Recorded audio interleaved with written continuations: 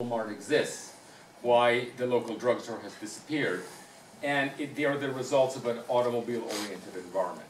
As we come here, like everywhere else, you gradually, there's a glimmer that you want to walk. Again, it isn't just walking on 38. The more we draw of this kind of traditional neighborhood walkable environment, the more you like it. We've noticed you like it. That's perfectly normal. This is because it's where humans are. By the way, in the morning I go to the coffee place.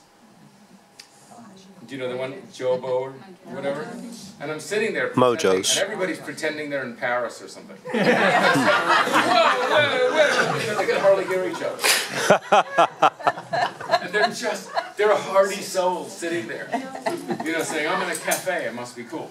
And the whole principle of that cafe is wonderful, but it's not attached to an urbanism that supports it, you see. It's a highway on one side. So what we're going to do is make a few places here that are like that, that you're going to enjoy living in. And what's more, we don't want them to just be tourists. That's another thing. We want them to be useful. Stores that you need every day. Okay? And we also want to allow people to live above them and on them so they actually, particularly as they get older, and they don't want to drive anymore, they can find that they can live without a car. That's the ideal. It's what everybody wants now. It also happens to be environmental. Now, here's the problem I have with, and let me just get into the theology of it. The Perdido key beach mouse wants continuity and contiguity.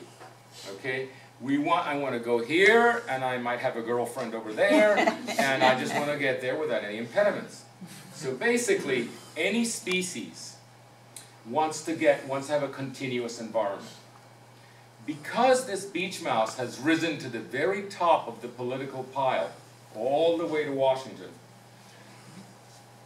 its continuity makes the human continuity virtually impossible. You see, you can't have both systems continuous. The humans also want to get from here to there. They also want to walk. They want to have contiguity. All the cities that we love are actually contiguous. And here we have the beach mouse that actually demands the contiguity, and so what happens is that the humans are very much in the, it's almost impossible to get a human habitat to work.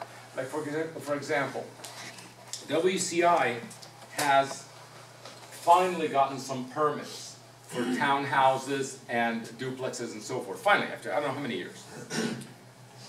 7 years, okay. They're all discontinuous. There's a whole bunch of them here, and then lots of road, and a whole bunch of them there, and lots of road, and a whole bunch of them there. Okay, they're just pods. Every single human need requires a drive. And you can't live there unless you can drive. So I don't know what kind of retirement community that is, which is a very big market because you can't live without a car. That's not the fault of the planners or the developer. It's just this absolute, how shall I put it,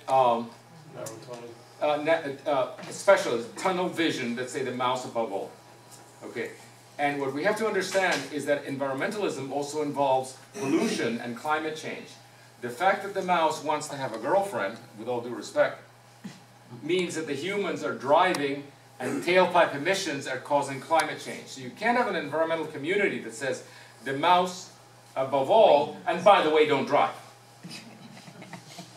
So I made that point. I made that point with our environmentalists, and what happens is that the environmentalists and the EPA are Fish and Wildlife doesn't talk to EPA. EPA wants climate. EPA is hysterical about driving. Hysterical. They'll do anything to get you to not drive. They'll pay for anything that produces driving, right? But the Fish and Wildlife will do anything to keep the mice happy. And they're not talking to each other, and they both want nature to survive, and it ain't happening. You see what's happening? So we need to break down that difference. That's the great battle is not between environmentalists and climate change, whatever they're called, deniers or proponents or whatever. That's not the battle.